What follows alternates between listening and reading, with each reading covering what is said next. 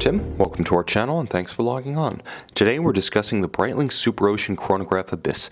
You can see this 44mm stainless steel chronograph and purchase it on our website. And if you enjoy these videos, please subscribe to our YouTube channel. You can also click on the card in the upper right hand corner of the screen at any time to see our full listing for this watch with additional high resolution images, accessories included, and naturally complete pricing details.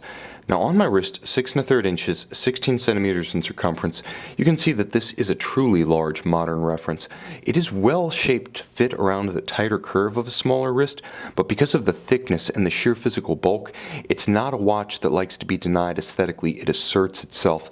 It has a prominent and boisterous presence. It's the kind of watch that is anything but the subtle Submariner, anything but the shrinking Seamaster, Aquaterra, or 300 meter. This is a watch that goes head to head with nothing less than Omega's own Planet Ocean in its oversized case proportions.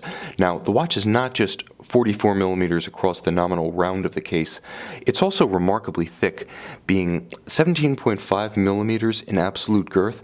It's helped a bit by a conical bezel, but make no mistake, this is a watch that's designed, if anything, to be worn over sleeves rather than under them. From lug to lug, it is manageable. 53.5mm. This is where the watch comes into its own from an ergonomic standpoint, because normally a timepiece of 44mm proportions can be difficult to fit to a smaller wrist, but the watch has two trump cards. First, you can see that it has the ability to pull its bracelet straight down around the tight curve of a smaller wrist, and second, the contour of the case and lugs nicely slopes down and around, falling off dramatically after it reaches the terminal portion of the case, so it does meet you halfway, sloping around the wrist. The watch is hefty, make no mistake. This example, built in 2011, the Abyss dial was introduced in 2010, but the 2011 model featuring the Professional 2 bracelet, which is slash cut, but with symmetrically sized links. The Professional 3 is slash cut, but with broader center links. You can also see effective use of contrasting finish across the watch. The case itself polished on its flanks, satin on its hood, the bracelet wonderfully satin finished, and paired with a high-grade single-fold deployant with clamshell closure. When it closes, you know it, you can hear it, you can feel it. This is not popping open, not friction fit, it's extremely secure on the wrist, and it serves a purpose of counterbalancing this heavy watch. The combination of the substantial bracelet and clasp reduce the watch's tendency to want to capsize or roll off the side of the wrist. Now, the dial itself is tremendous. Handsome, legible, with beautiful depth. You can see there's a dramatically sloped ray-hot outboard of the center dial. It's also beautifully lumed, featuring huge indices applied and polished, as well as hands at center.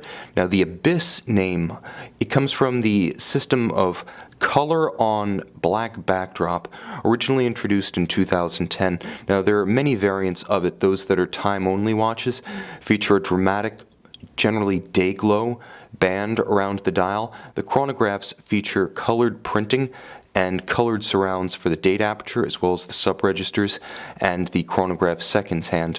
The dial is framed by a unidirectional rotating dive bezel that's exceptional for two reasons. First, it uses rubber insets between the indices and Arabic numerals to allow better purchase, but also to prevent scuffs that typically disfigure anodized aluminum bezels from taking quite the same effect on this one. The rubber is more durable than an anodized surface. The second nice trick that it has, and you can see it, is that the bezel itself, although it appears conventional, retains Breitling's system of screw fixture, so you can't simply pop it off. It doesn't snap off like a Rolex or Omega bezel. This one is screwed on, and the screws have to be removed before the bezel itself can be lifted. Handsome and secure. You can also see that the chronographs, pushers, and crown are generously protected by an immense crown guard system, and underneath the case back, which is screwed on and ensures 500-meter water resistance, we have a Breitling caliber 13, basically a COSC chronometer spec Valjoux 7750. So you get all the underlying benefits of the 7750. Toughness, high efficiency unidirectional winding, approximately a 44-hour power reserve. Of course, tuned by Breitling, it's been modified, but it retains the quick set function for the date. So when you screw the crown out, you'll see to good effect that you can cycle the date should the watch run down, and get the chronograph in motion to demonstrate this more dramatically. When you pull the crown to extremity, you do hack the balance, stopping the beat of the balance and allowing precise synchronization to the second relative to a known accurate reference clock or watch. This watch, of course, rated to 500 meters, solidly tops the 300 meters of the Rolex Submariner, and it does so within a handsome, one might even say slightly avant-garde take on the dive watch.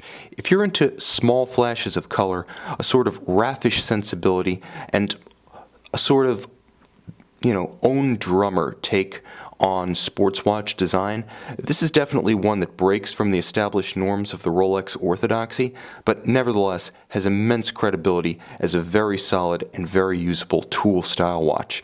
You can see it and you can buy it on our website.